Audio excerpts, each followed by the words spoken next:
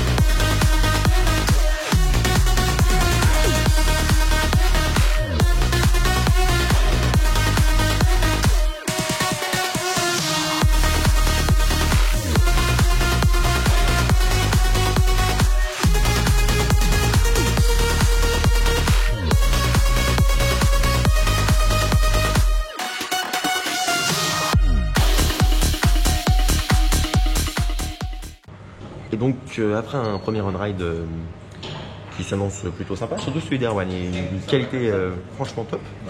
Et là du coup on est donc dans le coaster une nouvelle fois pour le refaire, en tant qu'à faire on en profite, juste avant l'ouverture aux visiteurs.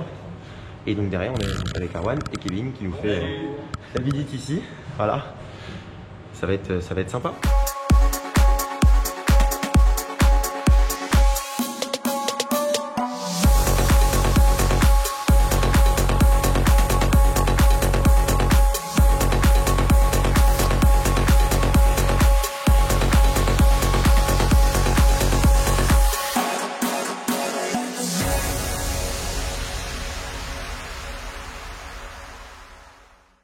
Alors du coup là on mange, donc bon j'ai pas quasiment aucun plan depuis ce matin. Alors en fait on est arrivé et on a fait, donc on a pu arriver un peu avant l'ouverture au niveau des attractions, juste pour en fait faire des zones ride. Et donc on est passé par les coulisses de Alpina, donc c'est pour ça que j'ai des petits plans des coulisses. Ensuite donc on a pu faire des zones ride donc de Alpina et de Noisette Express.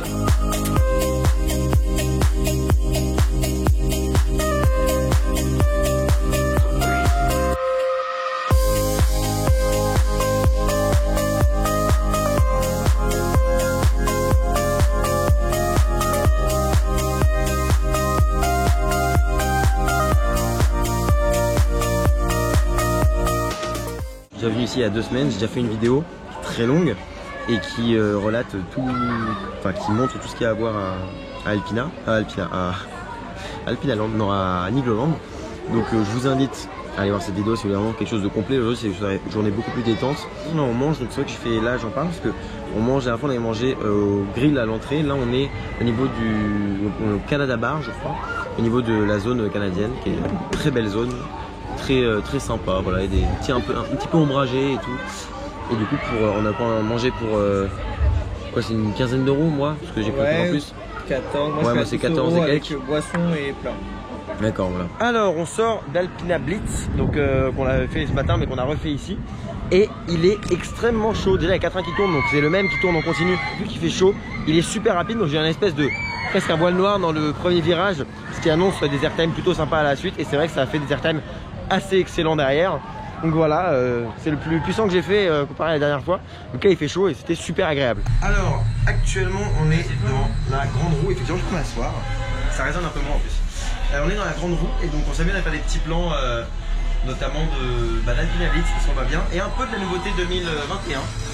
Nouveauté 2021 qui se trouve juste à côté d'Alpina et que je suis actuellement en train de filmer. Donc voilà, je mettrai des petits plans si vous voulez voir un petit peu où ça en est. Voilà. C'est l'histoire de 1. Alors qu'on a une petite vision des choses. Elle est plutôt pas mal cette bande roue. Elle est super haute, surtout regardez. Enfin super haute. Pas mal haute. On a vu sur tout le parc, c'est très beau.